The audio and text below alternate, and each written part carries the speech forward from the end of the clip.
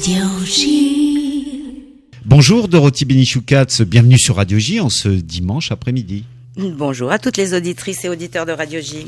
Dorothy Benichoukatz, vous vous présentez aux élections consistoire de Paris du 24 novembre prochain en candidate libre et indépendante.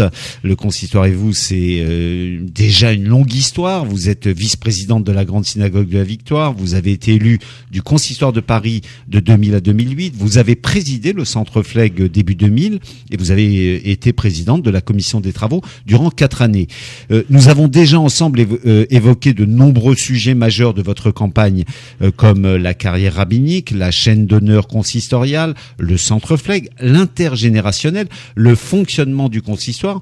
Vous souhaitez nous parler aujourd'hui des présidents méritants. Exactement. Je souhaite vous parler du rôle très important de nos dirigeants communautaires et plus particulièrement de nos présidents méritants. Je souhaite vous parler de ces hommes et de ces femmes qui administrent nos communautés et qui donnent de leur temps bénévolement au service des autres. Être président, être administrateur ou administratrice d'une communauté consistoriale, c'est prendre beaucoup de temps au détriment de sa famille et de sa vie personnelle et professionnelle. Alors comment devient-on président ou présidente d'une communauté consistoriale ? Le président, je réponds au masculin, d'une communauté consistoriale est un membre élu par la commission administrative de sa synagogue, comme tous les administrateurs et administratrices. Il est le porte-parole de ses fidèles devant le consistoire, et il est le porte-parole avec son rabbin devant les pouvoirs publics. Le président a la responsabilité des finances, de la gestion administrative de sa communauté. Le président mène les projets et les actions de la communauté en parfaite concertation avec son rabbin. Les décisions halakhiques et religieuses appartiennent au rabbin. Les décisions de gestion et de finances appartiennent au président. Quelle est selon vous la qualité première que doit avoir un président de communauté ? Qualité première sans aucun doute, c'est un dévouement sans limite, et on pourrait rajouter une grande polyvalence. Lorsqu'on est président, on doit savoir tout faire. Un président doit administrer sa communauté jour et nuit, diriger sa commission administrative, prendre des décisions pour le devenir de la communauté. Quelquefois, c'est lui qui ouvre la synagogue le matin ou qui débarrasse le kidouche après Shabbat. Si nos communautés consistoriales tiennent debout et fonctionnent 365 jours par an, c'est grâce à nos présidents méritants et aux administrateurs et administratrices qui le soutiennent. Nous leur devons une vraie reconnaissance. Dorothy, lorsque l'on préside une communauté consistoriale, ce qui est une lourde charge, est-on rémunéré ? Mais bien évidemment que non. Ni les présidents, ni les administrateurs, ni les administratrices ne sont rémunérés. Ils sont tous bénévoles. Ils sont chefs d'entreprise, commerçants, enseignants. Ils ont des activités professionnelles lourdes et importantes quelquefois, et ils donnent tout leur temps au service de leur communauté.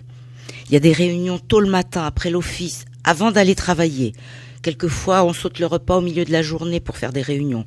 Quelquefois, le soir, on ne repasse pas à la maison, et quand on rentre, son conjoint, les enfants sont couchés. Alors en fait, être un président méritant, c'est avant tout avoir une épouse méritante et des enfants méritants. Ça leur fera plaisir de l'entendre en tout cas. Sont-ils remerciés pour ce qu'ils font, ces présidents, ces présidentes ? Mais bien évidemment que non. Et sinon trop peu. Quand il y a des problèmes dans une communauté, on appelle le président à n'importe quelle heure du jour et de la nuit. Il est au cœur des conflits, il doit prendre des décisions qui ne plaisent jamais à tout le monde. Et quoi qu'il fasse, il est toujours critiqué. Vous savez bien que nous sommes toujours insatisfaits. Les plaintes et les mécontentements sont pour lui. Ah, mais quand tout va bien et qu'il n'y a pas de problème, là c'est normal, on n'en parle pas, on ne dit rien, on ne remercie jamais un président méritant, c'est bien connu. Si je comprends bien, c'est beaucoup de soucis d'être président. Bien sûr que c'est beaucoup de soucis.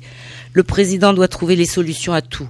Tous les problèmes qui se présentent sont imprévisibles et soudains.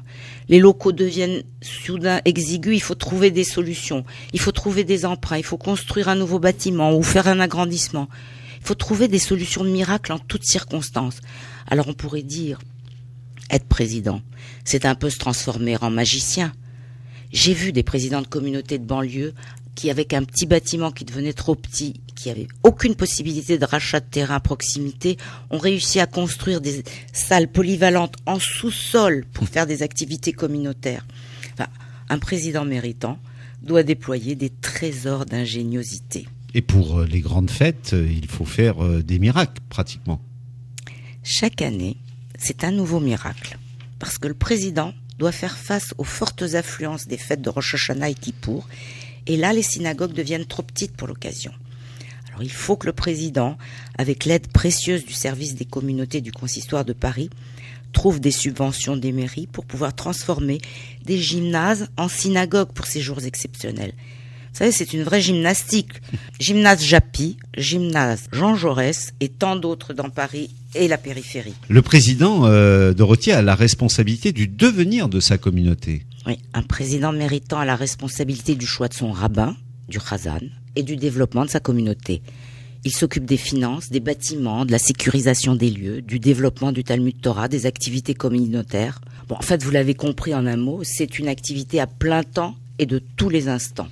Et les finances, ce n'est pas une mince affaire. Ça n'est jamais une mince affaire, les finances. Il faut financer les salariés de la synagogue, payer les loyers, les taxes, les travaux, l'entretien, les réparations, les repas communautaires, les activités pour les jeunes et moins jeunes, la tzedaka et l'aide aux œuvres sociales. Tout cela ne se fait pas tout seul. C'est vrai que nous avons des présidents et des commissions administratives méritants. Alors Dorothy, en un mot. J'adresse à tous nos présidents méritants, aux administratrices et administrateurs des commissions administratives, de bonnes forces positives. Pour le devenir de notre communauté consistoriale, nous devons préserver l'existant. Nous devons adapter le présent et préparer demain. Soyons responsables. Méritons la confiance de nos électeurs. Je me présente en candidate libre et indépendante et je vous invite à voter pour moi le dimanche 24 novembre. Merci Dorothy. Merci Charlie.